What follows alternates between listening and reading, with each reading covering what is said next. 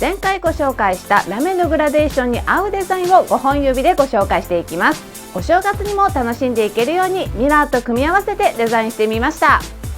それではこのキラキララメグラデーションに合うデザインをこの4本にやっていきたいと思います。ラメグラデーションだけを全体的に統一しても素敵なんですけれども、今回はお正月風に仕上げていきたいと思います。それでは早速カラー作りなんですけれども、前回使ったカラーはそのまま使っていきますので、新たにですねベージュのカラーを作っていきたいと思います。もともとあるこのプリジェルのカフェオレベージュというカラーをですねベースに少し黒を足して、深みのあるグレージュのような感じのカラーを作っていきたいと思います。今回は普段私がサロンで使っているサロン用品を使っているんですが、グレージュのカラーは基本的に白、茶色、黒をですね混ぜていただくと、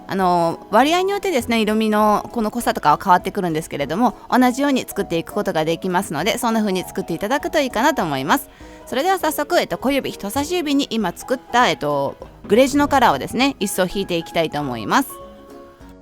ここの小指人差し指はですねこのグレージュのカラーで最後マット仕上げにしていきますので、透けるような感じで塗っていただいてもいいですし、しっかりとですねベージュのカラーをバッと出していただいてもどちらでも大丈夫です。柔らかい私が今塗っているような感じのカラーだと、一層塗りだとこんな風にですねちょっと透けるような感覚になるんですけれども、こういったカラーに関しては筆を寝かせるような形で塗っていただくとムラなく綺麗に塗っていけると思います。人差し指も同じように塗っていってください。この前お客様とジェルってもともとツヤがあってぷっくらしているのが可愛いっていうのが特徴だったのに、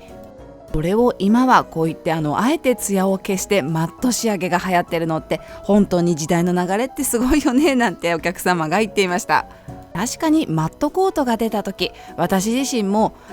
ツヤを出しているのがジェルなのになんでツヤを消さないといけないんだろうと私も不思議だったんですけれども、今は私もマットが大好きだったりします。では続いて親指に関してはですね、メインの指と同じようにですねキラキララメのグラデーションを作っていきますので、根元にこういったブロンズのカラーですね、メインと同じように根元のだいたい3分の1ぐらいにですねグリッターを置いていただいて、爪先にかけて少しこうぼかすような感じでですねこんな風にのせてあげてください。そして続いてホワイトのラメを入れ込んでいきます。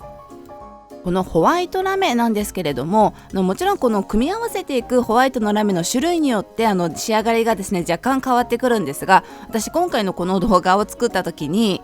この組み合わせがすごく気に入ってしまったので、それをですねサロンのお客様に見せたらお客様もすごく気に入ってくださって、ここ最近でこのホワイトラメグラデーションやられるお客様がすごく増えたんです。これだけで使っても今回のようにブロンズのカラーと合わせていただいてもどちらでも素敵ですよね。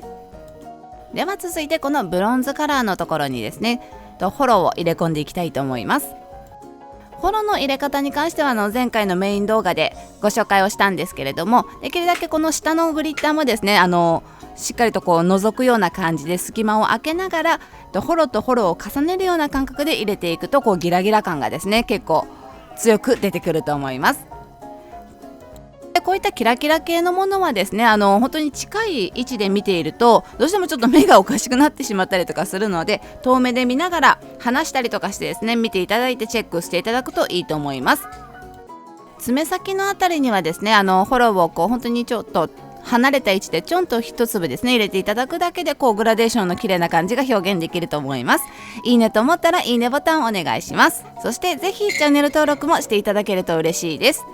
ではですね一旦こんな感じでトップジェルでコーティングしていきたいと思います。中指のところはですねまた今回のメインとしてミラーでお花を作っていきますので、一旦トップジェルでクリアのままコーティングしていきます。今回使っているこのトップジェルもですね私が普段サロンで使っているクリストリオのパーマシャインなんですけれども、このパーマシャインは本当に私がジェルネイルを始めた時からずっと使ってる、もう10年以上使っているものなんですが、この10年の間にいろいろと新しいジェルが出てきて、試しにですねトップジェル違うものを使ってみたりしたことはあるんですけれども、やっぱりこれが私の中で一番使いやすいです。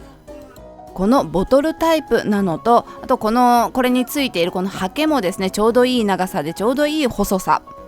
そして何よりも一番ですね、このクリストリオのパーマシャインのこの粘土が一番私お気に入りなんですけれども、硬すぎず柔らかすぎずで本当に光のラインが一番作りやすいです。ハードジェルのような硬い粘土のタイプのものをですね使っている方はどうしても光のラインがですね作りにくいかと思いますので、そういった時にでもですね最初は、柔らかめのトップジェルでコーティングをしていただいて、さらに上にですね表面に硬いハードのジェルなどでコーティングしていただくと補強にもなってくると思います。ではですねコーティングしていただいたら、未硬化ジェル拭き取っていただいて形を整えていきます。この形の整いに関しても、毎回お伝えしているように必ずですねやっぱり目に見えないこうデコボコ感がサイドのラインとかにあると思いますので、そういった意味でですねファイルを通してあげると綺麗にシュッと整ってきます。本当にファイルをですね削るというよりはですね本当にサイドのラインを通してあげるだけで本当に見栄えが変わってきますので、ぜひやってみてください。では続いて小指人差し指のところマット仕上げにしていきたいと思います。今回使っていくマットコートはこれ初登場なんですが、アイニティのマットコート。マットコートも私普段ですねプリジェルのものを長く使っていたんですけれども、マットコートも本当に今いろいろなメーカーのところから出ていると思います。種類によっては使っていると爪先がですね結構削れやすかったりとか、あとはムラになりやすかったりするものもあるんですけれども、最近使っているこのアイニティに関してはこれ未硬化ジェル出ないタイプなんですけれども、割とですねハケタイプのものなので塗りやすいですし、ムラにもならないので今のところ使いやすいと思います。ただハケがですね使っていると結構広がりやすいので、広がってきてしまった場合はですねハケ拭き取っていただいて、もう一度ですね新しくしていただくといいかなと思います。もしくは筆で塗っていただくといいと思います。それでは続いて小指人差し指のところに私のお気に入りの、ネイルタウンのアイシングジェルを使ってここに少しお正月っぽい梅の花をイメージしたミラーをですね作っていきたいと思います。そして今回もちょっと細めのラインを描いていきたいので、最近よく使っていたネイルタウンのライナー筆ではなくそれよりもさらにちょっと細めのですねこういった筆を使っていきます。太めの筆でもですね塊で取っていただいて、それをですね細く置いていくことも可能なんですけれども、やっぱり慣れないうちはですね細い筆でやっていただいた方が細いライン引いていけると思います。まずは梅の花の枝を描くようにですね爪に対してこんな風に丸く重なるようにですね2本ぐらいラインを引っ張っていってください。そしてその上の部分と下の部分にですね梅の花をイメージしてドットを4つですね塊で描くような感じで描いていただくと梅の花っぽくなってくると思います。でも梅の花はもう2つぐらいですね描いていただいて、あとはその枝の周りにですね点々をトントントンという風に置いていただくような感じでやっていただくといいと思います。それでは早速それをですねミラーでこすりつけていくんですが、このスティック私のお気に入りのネイルタウンのスティックミラーのものなんですけれども、これチップのところがすごく硬くてですね使いやすいのでこのスティックのカラーを使っていくわけではないんですけれども、ティッシュでですねチップの表面ちょっと取っていただいて、アゲハのミラーをですねつけて爪にですね使っていきたいと思います。こんな風に使いやすいものをですね違うもので代用してこんな風に使っていくのもありだと思います。ぜひやってみてください。はい、こんな風にミラーこすりつけると梅の花のちょっとゴージャスな感じに仕上がってくると思います。本当に雰囲気なんですけれども雰囲気で梅の枝とですねあとは花イメージで作っていただくといいと思います。では続いて人差し指もですね同じようにやっていきたいと思います。今ミラーアクセサリーがすごく人気なので、そのミラーアクセサリーを使って梅の花を今回イメージしてみたんですが、マット仕上げのところにミラーってすごく映えるので、梅の花だけでなくいろいろですねお正月っぽく楽しんでいただくといいかなと思います。本当にゴールドとかを入れていくだけでお正月っぽく仕上がってきますので、ぜひこんな風にやってみてください。今ミラーの種類もですねいろいろあるんですけれども、アゲハのこのゴールドパウダーはですね本当にゴールドの中でも一番明るすぎず深すぎずちょうどいい本当にゴールドなので、このアゲハは気に入っています。ネイルタウンのこのゴールドスティックもですねすごく色味は似ているんですけれども、それよりもさらにちょっと深い感じがアゲハかなと思います。はい、こんな感じでイメージなんですけれども、ミラーの梅の花マットにすごく映えますよね。それでは続いて中指にはですね、今回のメインなんですけれども、まずは全体にですねミラーネイルを一層やっていきたいと思います。カラーはアゲハのゴールドパウダー使っていきます。まずはキャンジェルのノンワイプトップジェルで一層塗っていただいてコーティングしていきます。爪全体的にミラーをやっていく時って、このノンワイプのトップジェルを塗り方によってはですね筋ができてしまったりすることがありますので、刷毛の跡がつかないようにですね綺麗にまんべんなく塗ってあげてください。ではミラーこすりつけていくんですけれども、私全体的にこすりつけていくときはこういったジェルワイプを使っていきますので、そちらの方がですね全体的に綺麗にですねミラーこすりつけることができるので、チップでもいいんですけれども、やりやすい方でやっていただくといいかなと思います。これだけでもすごく綺麗なんですけれども、ここにさらにですねメインとしてネイルタウンのアイシングジェルを使ってお花を作っていきたいと思います。大きなバラの花を作っていきますので、こういった筆を使っていくんですけれども、グラデーションとかに使っていく筆より若干ちょっと細身の感じのものですね。このプリジェルのものすごく使いやすいんですけれども、もちろんない方はですねグラデーション用の私が普段使っているインパクトとかをですね使っていただいてもいいと思います。だいたいこれくらいもうたっぷりですね取っていただいて、まずは葉っぱ1枚目をですね作っていきます。3D で作っていくお花に関してはミクスチャーをですね筆でこうグッグッと押していくことによって凹凸感はっきり出てくるんですけれども、やっぱりアイシングジェルだとどうしてもですねたっぷりこうグッグッと押し付けてもやっぱり若干ちょっと戻ってきてしまいますので、細かく筆をグッグッと動かしていくのではなく、本当に大胆にですね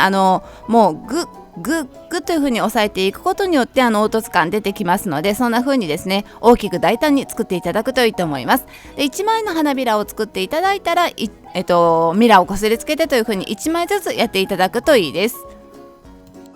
このバラの花のバランスとしては、下の花びらを3枚、そして上2段目がですね2枚という風に作っていきます。こういったミラーのお花もですねとっても素敵なんですけれども、私本当に3D のお花が大好きでして、この前もバラの花の埋め尽くしを1本の指にお客様にやったんですが、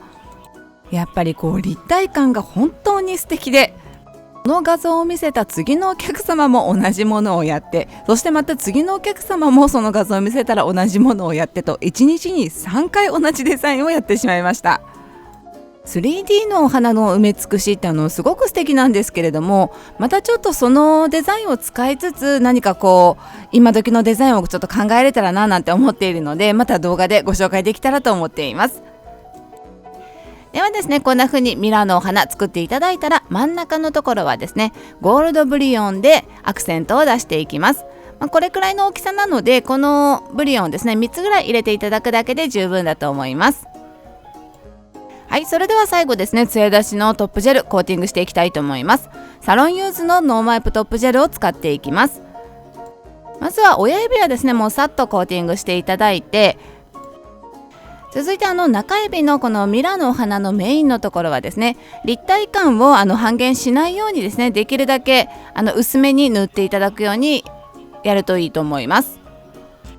全体的に塗っていただいてから、あとはジェルを拭うような感覚でハケでやっていただくといいと思います。そして続いて小指、人差し指に関しては全体的なカラーのところはですねマット仕上げになっているので、ミラーでこの梅の花を作ったところだけをですね艶出しでコーティングしていきますので、パレットとかにですね取っていただいて筆で塗っていただくといいと思います。こういった細かなものに関してはですね筆で塗っていくこと多いんですけれども、たっぷり筆に取った状態で艶出しで塗ってしまうと、どうしても下のところにですね垂れていってしまいますので、本当に上からですねなぞるような感覚で塗っていただくといいと思います。はい、それではですね、ごめんなさい、最後にオイルを塗っていきます。このキューティクルオイルって施術の最後にですねもう当たり前のように塗っていたんですけれども、やっぱりお客様がですね毎回匂いが変わるたんびに匂いが変わったねというふうに言われるので、やっぱりキューティクルオイルってすごく大事だと思います。これからはちゃんと匂いとか効果も考えながらですね、仕入れてみたいと思います。はい、こんな感じで完成です。いいねと思ったらいいねボタンお願いします。前回ご紹介したキラキラグラデーションに合うデザインを今回考えてみました。で、今回のメインは、ミラーのお花なんですけれども、そのお花をアクセントに、あとはですね、本当にお正月っぽくミラーで梅の花をイメージしたデザインを作ってみました。最初にご紹介したようにキラキラグラデーションだけで統一していただいても素敵だと思いますし、今回のようにですね、梅の花などこんな風に入れ込んで楽しんでいただくのもありだと思います。ぜひやってみてください。はい、ということでいかがだったでしょうか。ちょっとお正月っぽくですね、真っ白とあとはゴールドを組み合わせてみたんですけれども、お正月だけでもなくですね、かっこいいデザインとしてですね、これから楽しんでいけると思います。色合いを変えて楽しんでいただくのもありだと思います。続いて我が家のちょっとした出来事です。先日我が家のおてんばした娘の幼稚園で1年間の作品展がありました。1年間といっても今年はコロナの影響で本当にまるっと1年間ではなかったんですが、テーマごとに子どもたちが描いた絵を貼り付けてありまして、最初はカラフルにこんな絵が描けるようになったんだなとちょっと感動していたんですが、よくしっかりと見てみると、タカちゃんの丸いお顔のキリンのという題で描いてある絵がありまして、子供から聞き出した言葉を先生がですね書いたものだったんですけれども、タカちゃんって実は我が家のパパなんです。もう我が家では当たり前なので何の不思議もなかったんですが、実は私が旦那のことをタカちゃんと呼ぶので、上娘がタカちゃんと呼び出したことをきっかけに、我が家ではパパではなく名前のタカちゃんと呼ぶんです。